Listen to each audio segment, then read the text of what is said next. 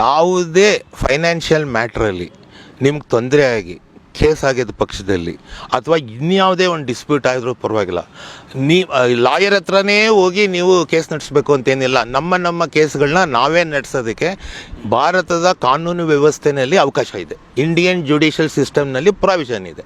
Please ಎಲ್ಲರೂ mind ಇಟ್ಕೊಳ್ಳಿ. ನಿಮ್ಗೆ ಏನಾದ್ರು ತೊಂದರೆ ಆದರೆ ಆ ಥರದ ವಿಷಯ ಆದರೆ ದಯವಿಟ್ಟು ನಮಗೆ ತಿಳಿಸಿ, ನಾನು ನಿಮಗೆ ಸ್ಟೇಟ್ಮೆಂಟ್ ರೆಡಿ ಮಾಡ್ಕೊಡೋದು ನಿಜ. ಅಕಸ್ಮಾತ್ ಲಾಯರ್ ಹತ್ರ ಹೋದ್ರಿ, ಅವ್ರು ಏನು ಹೇಳ್ತಾರೆ, ಅವ್ರಿಗೆ ಸೆಕ್ಷನ್ಸು ಮಣ್ಣು ಮಸಿ ಎಲ್ಲ ಹೇಳ್ತಾರೆ, ನಮ್ಗೆ ಸೆಕ್ಷನ್ಸ್ ಗೊತ್ತಿಲ್ಲ ಅಂತ ಇದು ಹೇಳ್ತಾರೆ ಕೆಲವರು.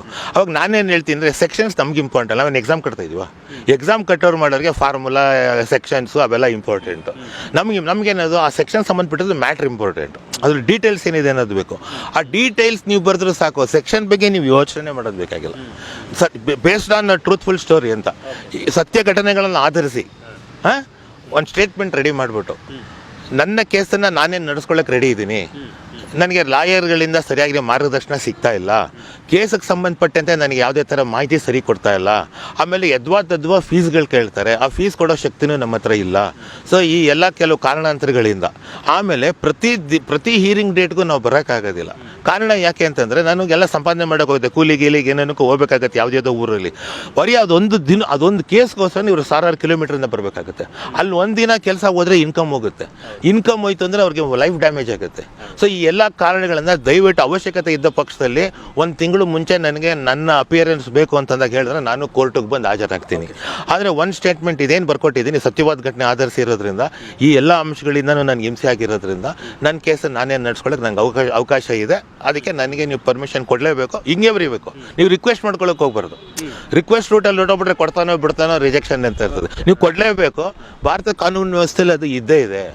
ಇದಕ್ಕೆ ಸಂಬಂಧಪಟ್ಟಿರೋರು ಬೇಕಾದಷ್ಟು ಆದರೆ ಅವ್ರಿಗೆ ನಂಬರ್ ಬೇಕಾದ್ರೆ ರೆಫರೆನ್ಸ್ ಕೊಡ್ತೀನಿ ಅಂತ ನನ್ನ ನಂಬರ್ ಕೊಡಲಿ ಸರ್, ತೊಂದರೆ ಏನಿಲ್ಲ ಸರ್. ಹಾಗಾದರೆ ನನಗೇನೋ ಸಮಸ್ಯೆ ಆಯಿತು ಅಂದರೆ ನನ್ನ ಕೇಸನ್ನ ನಾನೇ ನಡೆಸ್ಕೊಳ್ಳೋದಕ್ಕೆ ಅವಕಾಶ ಇದೆ.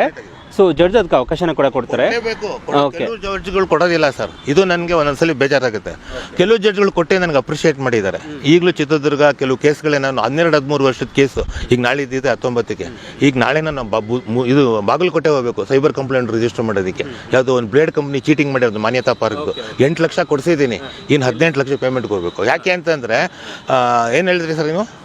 ಅದೇ ನಮ್ಮ ಕೇಸ ನಾವೇ ನಡೆಸ್ಕೊಳ್ಳೋದಕ್ಕೆ ಅವಕಾಶ ಇದೆ. ಡೆಫಿನೆಟ್ ಆಗಿದೆ, ದುಡ್ಡನ್ನು ನಾವೇ ಉಳಿಸ್ಕೋಬಹುದು. ಇವತ್ತು ಎಷ್ಟೋ ಜನ ಕೇಸ್ ನಡೆಸೋಕ್ಕಾಗದೆ ಲಾಯರ್ಗೆ ಫೀಸ್ ಕೊಡೋಕ್ಕಾಗದೆ ಸೊ ಏನೋ ಒಂಥರ ಡಿಸಪಾಯಿಂಟ್ ಆಗಿಬಿಟ್ಟಿದ್ದಾರೆ ಸರ್ ಇಂಥವ್ರಿಗೆಲ್ಲ. ಆಮೇಲೆ ಭಾರತದಲ್ಲಿ ಇನ್ನೊಂದೇನೋ ಕಾನೂನು ವ್ಯವಸ್ಥೆ ಮಾಡಿದ್ದಾರೆ, ಉಚಿತ ಕಾನೂನು ಇರುವಂಥ ಫ್ರೀ ಈಗಲ್ ಏಡ್ ಅಂತ ಮಾಡಿದ್ದಾರೆ. ಎವ್ರಿ ತಾಲೂಕ್ ಲೆವೆಲ್ ಕೋರ್ಟು ಅಲ್ಲೆಲ್ಲ ಇರದೇ ಇರುತ್ತೆ. ಆದರೆ ಅಲ್ಲೇನು ಮಾಡ್ತಾರೆ, ಇನ್ಕಮ್ ಸ್ಟ್ಯಾಂಡರ್ಡ್ ಕೊಟ್ಟಿದ್ದಾರೆ. 8 ಲಕ್ಷದ ಒಳಗಡೆ ಇರೋರಿಗೆ ಫ್ರೀ ಲೀಗಲ್ ಕೊಡ್ತೀನಿ ಅಂತ. ಆ ಫ್ರೀ ಲೀಗಲಲ್ಲಿ ಏನೊಂದು ನಮಗೆ ಇದಾಗ್ತಾ ಇದೆ, ಡಿಸ್ಅಡ್ವಾಂಟೇಜ್ ಆಗ್ತಾ ಇದೆ ಅಂದರೆ ಸರ್, ಫ್ರೀ ಲೀಗಲ್ನ ಎಷ್ಟೋ ಜನಕ್ಕೆ ಹಾಕ್ಸಿದ್ದೀನಿ. ಹಾಕ್ಸ್ಬಿಟ್ಟು ಅಲ್ಲಿ ನಾವೆಲ್ಲ ಅಪ್ಲಿಕೇಶನ್ಗೆ ಕೇಸ್ ನಡೆಸ್ತಾ ಇದ್ದರೆ ಇವರಿಗೆ ಒಂದು ಕೇಸ್ ನಡೆಸಿದ್ರೆ ಹ್ಯೂಮನ್ ರೈಟ್ಸ್ ಕಮಿಷನ್ ಆ ಕಡೆಯಿಂದ ಗೌರ್ಮೆಂಟ್ ಕಡೆಯಿಂದ 15,000 ಕೊಡ್ತಾರೆ ಇವತ್ತಿಗೆ. ಯಾರಿಗೆ ಈ ಫ್ರೀ ಲೀಗಲ್ ಪ್ಯಾನಲಲ್ಲಿ ವರ್ಷಕ್ಕೋ 2 ವರ್ಷಕ್ಕೋ ಒಂದು ಅಪಾಯಿಂಟ್ಮೆಂಟ್ ಗ್ರೂಪ್ ಮಾಡ್ತಾರೆ. ಒಂದು 20 ಜನಕ್ಕೆ ಮಾಡ್ತಾರೆ. ಆ 20 ಜನ ಫ್ರೀ ಲೀಗಲ್ ನಡೆಸ್ತಾರಲ್ಲ, ಒಂದೊಂದು ಕೇಸ್ಗೆ 15,000 ಕೊಡ್ತಾರೆ ಸರ್ ಇವರು. ಅದು ಅವ್ರು ತಗೊಳ್ಳಿ. ಆದರೆ ಕ್ಲೈಂಟ್ಸ್ ಹತ್ರನೂ ದುಡ್ಡು ಕೊಡಬೇಕು, ಕೊಡದೇ ಹೋದ್ರೆ ಆಟ ಆಡಿಸೋದು, ಆಪೋಸಿಟ್ ಸೈಡ್ಗೆ ಅಡ್ಜಸ್ಟ್ ಮಾಡ್ಕೊಳ್ಳೋದು, ಇವೆಲ್ಲ ಮಾಡ್ತಾ ಇದ್ದಾರೆ. ಆವಾಗ ಡೇಟ್ಸ್ ತೊಗೊಳ್ಳೋದು ಮಾಡ್ತಾ ಇರ್ತಾರೆ. ಈ ಥರದ್ದೆಲ್ಲ ನಾವು ಹ್ಯಾಂಡ್ಲ್ ಮಾಡಬೇಕು. ಏನಂದರೆ ನಾನು ಹೇಳ್ದಂಗೆ ಕೇಳೋಂಗಿರಬೇಕು. ಲಾಯರ್ಸ್ನ ಸ್ಕ್ರೂ ಡ್ರೈವರ್ ಥರ ಇಟ್ಕೊಂಡಿರಬೇಕು. ನಮ್ಗೆ ಹೆಂಗೆ ಬೇಕು ಹಂಗೆ ತಿರ್ಸ್ಕೋಬೇಕು ಹೊರತು ನೀನು ಹೆಂಗಾರು ತಿರ್ಸ್ಕೋಬೇಕು ಅಂದ್ಬಿಟ್ರೆ ಅವರೆಲ್ಲ ಹೆಂಗೋ ಎದ್ವ ತಿರ್ಸ್ಕೊಡ್ತಾರೆ. ಆ ಕ್ಲೈಂಟ್ಸು ಸಖತ್ತಾಗಿ ದುಡ್ಡಿರೋನ ಅಂತ ನೋಡ್ಕೋತಾರೆ. ಆಪೋಸಿಟ್ ಸೈಡ್ ಒಂದು ಚೆನ್ನಾಗಿ ದುಡ್ಡಿದ್ದಾನೆ, ಇವ್ನು ವೀಕ್ ಇದ್ದಾನೆ, ಇವ್ನ ಕಡೆಯವನು ಅಂತ ಗೊತ್ತಾಗ್ಬಿಟ್ಟಾಗ ಈ ಲಾಯರು ಆ ಕಡೆಗೆ ಅಡ್ಜಸ್ಟ್ ಆಗಿಬಿಟ್ಟು ಅವ್ರ ಹತ್ರ ಕಾಸು ಕೇರ್ಕೊಂಡು ಈ ಸುಮ್ಮನೆ ಡೇಟ್ ತೊಗೊಂಡು ಇವನಿಗೆ ಪ್ರಾಣ ತೆಗಿತಾ ಇರ್ತಾರೆ. ಇವ್ನು ಕೊಟ್ಟಷ್ಟು ತೊಗೋತಾ ಇರ್ತಾರೆ ಹೊರತು ಸುಮ್ಮನೆ ಡೇಟ್ ತೊಗೋತಾ ಇರ್ತಾರೆ. ಸುಮ್ಮನೆ ಒಂದೊಂದು ಪಾಯಿಂಟ್ಗೆ ಅಬ್ಜೆಕ್ಷನ್ನು ಸ್ಟೇಟ್ಮೆಂಟು ಅಬ್ಜೆಕ್ಷನ್ ಇದೇ ಆಡ್ತಾ ಇರ್ತಾರೆ ಸರ್ ಬೇಕು ಅಂತ. ಈ ಲಾಯರ್ಗಳು ಮಾಡ್ತಾ ಇರೋದು ಏನು ಮಾಡ್ತಾ ಇದ್ರೆ, ಸೆಂಟೆನ್ಸ್ಗಳಿದು ಲೆಟರ್ ರೈಟಿಂಗ್ ಹೆಂಗಿರಿ, letter writing is an art sir. ಅದು ಅದರಲ್ಲಿ ಏನು ಮಾಡ್ತಾರೆ ಅಂದರೆ, ಬೇಕು ಅಂತ ಒಂದೊಂದು ಪಾಯಿಂಟ್ಸ್ ಬಿಟ್ಬಿಡ್ತಾರೆ. ಒಂದೊಂದು ಪಾಯಿಂಟ್ಸ್ನ ಒಂದೊಂದ್ಸಲಿ ತೊಗೋತಾರೆ ಇವ್ರು ದುಡ್ಡಿಸ್ಕೊಡೋಕ್ಕೋಸ್ಕರ. ಇವಾಗ ನಾವು ಡ್ರಾಫ್ಟ್ ಹೆಂಗೆ ಮಾಡ್ತೀನಿ ಅಂದರೆ, ಫುಲ್ ಸ್ಟಾಪ್ ಹಾಕ್ಬಿಡ್ತೀನಿ.